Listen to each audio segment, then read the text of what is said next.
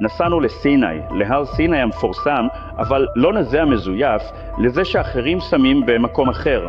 לא, לאמיתי. לאמיתי, זה שכל הפסגה שלו שרופה. אבל לא רק הפסגה, אתם תראו בעצמכם.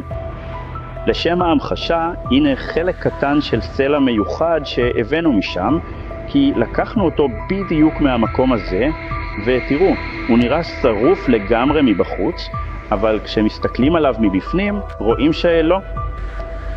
אבל שימו לב, זה כן חודר לעומק של כמה סנטימטרים. ובכן, השריפה העצומה והנוראית הזו כיסתה שטח נרחב ומשמעותי מאוד בכל אזור הר סיני.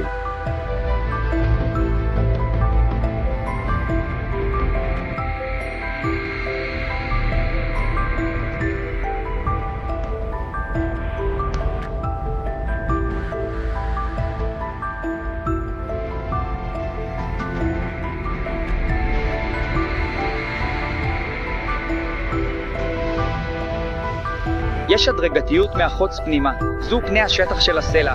אני לא יודע אם אפשר לראות, פני השטח של הסלע קיים, והפנים חום כמו שאר הסלעים שאפשר למצוא למטה יותר. יש לנו ליד, עכשיו נראה את זה, את פסגת סיני.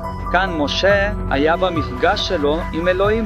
כאן, לפי מה שכתוב בתנ"ך, הסלעים נבקעו, ההר נימס, ובכן, היו קולות רעמים, שופר שהדד.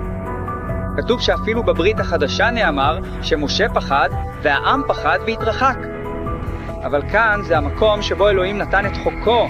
כאן אלוהים קרץ את הברית הנצחית שלו עם העם, עם עמו שלו, זה שהוא יום אחד הוציא ממצרים.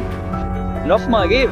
אחים יקרים, נקווה שזה יהיה לברכה לכל שירות המלאך הרביעי, ושעוד רבים, בזכות ההוכחות המוחשיות האלו, בזכות האבנים שעדיין מדברות היום, האבנים שזועקות שאלוהים הוא אמת, שאלוהים מתגלה, שאלוהים מתגלה לעמו, ושהוא הבטיח שישוב. נקווה שזה יסייע לזכות בנפשות רבות. שאלוהים יברך אתכם.